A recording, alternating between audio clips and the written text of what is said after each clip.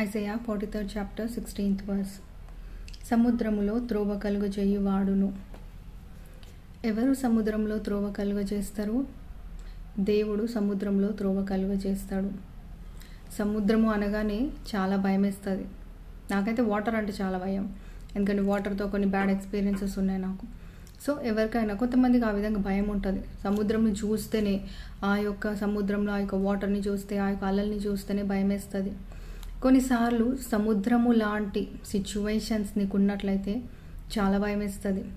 ఈ సిచ్యువేషన్ ఏ విధంగా మారుతుంది, అసలు మారుతుందా మారదా అన్న సందేహం కూడా ఉంటుంది.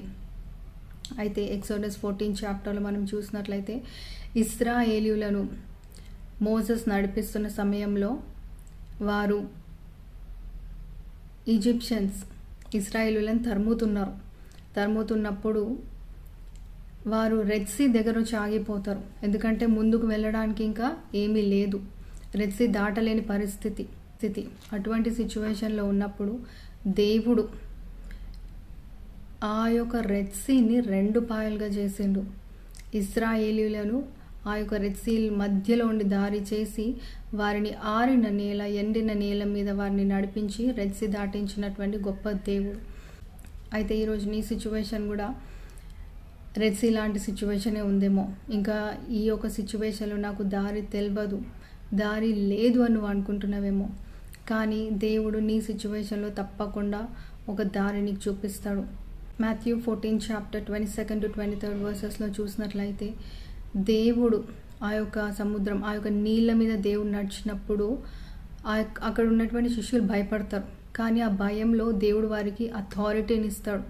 ఎప్పుడైతే పేతురు దేవా నేను నీలాగా, జీసస్ ఎసయ్య నేను నీలాగా ఆ యొక్క వాటర్ మీద నేను నడవాలి అని అన్నప్పుడు, దేవుడు రమ్మన్నప్పుడు అతని దృష్టి దేవుని వైపే పెట్టినప్పుడు పేతురు ఆ యొక్క వాటర్ మీద నడవగలిగిండు. కానీ ఎప్పుడైతే పేతురు దృష్టి పక్కకు మళ్ళిందో అప్పుడు అతడు నీళ్ళలో మునగసాగిండు.